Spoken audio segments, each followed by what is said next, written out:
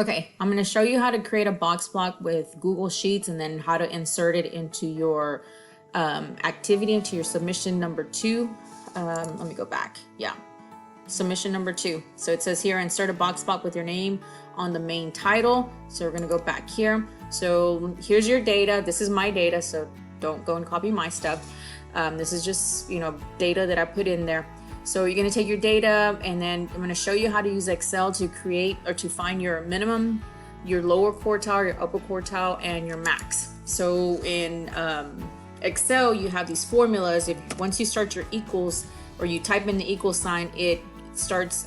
It knows that you're going to type in a formula. So we want it to find the minimum number of your data. So instead of having to do that manually, we're gonna have Google Sheets do it for us. And that's the great thing about Excel and Google Sheets, is you don't have to do anything manually. It'll calculate it for you.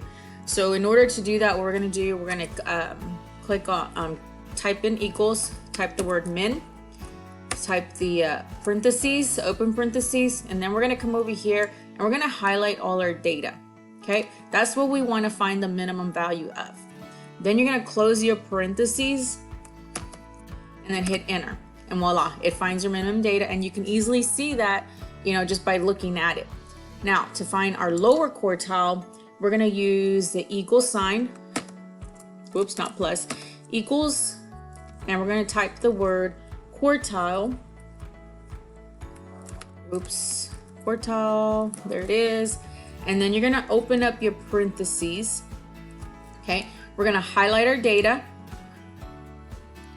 Then we're going to hit the comma. We're going to type the comma, and because we wanted to find the data, our lower quartile, which is the lower 25% of our data, we're going to type in the number 1, and that's how it knows that it's the lower quartile. And then we're going to close the parentheses and then go ahead and hit enter.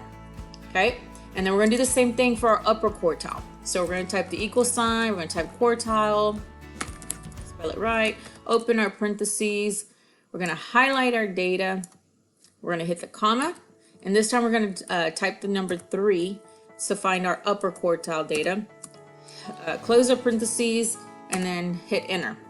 Okay, and then for our max, we're going to do the same thing, equals, keep typing the plus, equals, max, we're going to open our parentheses, we're going to highlight our data, and then close our parentheses and hit enter. If you forget a parentheses or a comma in your lower quartile or upper quartile, it's going to give you an error message.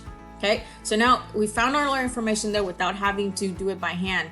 If you remember back in the 6th grade when you learned how to do this, it took a while to do all this. Okay, so it's very time consuming. So this is the easiest way to do it. Now, to create your box plot, what you're going to do, you're going to highlight your data here.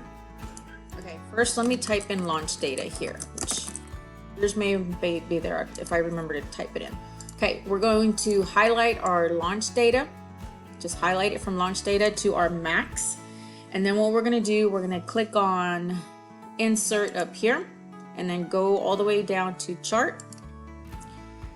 And by default, it's going to bring up the, whatever chart it has, looks like the bar graph. We don't want that. What we want to look for, it's called the candlestick chart. That's what Sheets calls it. So we kind of scroll down, it should be this one. Yep.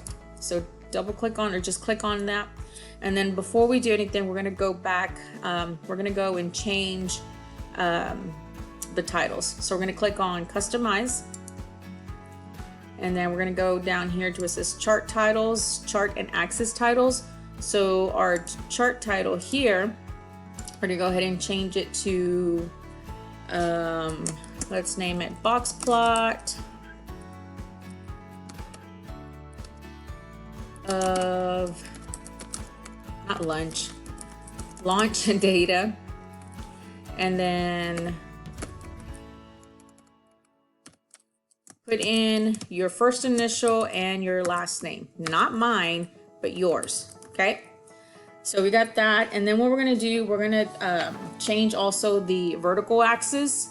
So if you click on here and go to the vertical axis title, and then here what we're going to do, we're going to change that, or type in launch data.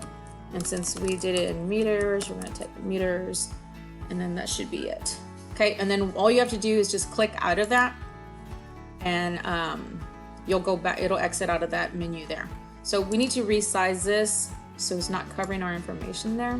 So kind of resize it, and also you do want to resize it because you want to make sure that it's not too big when you insert it into your in your Google Doc.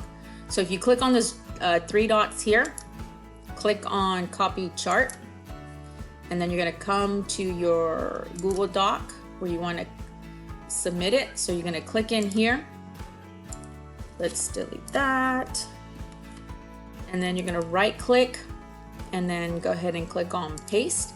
When you do that, you're going to have these 2 options. The link to spreadsheet, that allows you to link it in. So if you make any changes to that spreadsheet, to any of that data, then it's going to automatically update it here. Now, if you know that it's, you know, this is it, you're not going to change anything, you can just click on paste unlinked and then paste it. So either one will be fine, it doesn't matter. But if you know you're not going to make any changes, just paste it unlinked. So paste it. See, it still came out kind of big. So we're going to go ahead and we're going to resize that so it's not too big and it fits in the box there. All right, there it is. Okay, so that is how you will create your box block in Google Sheets and insert it into your Google Doc assignment.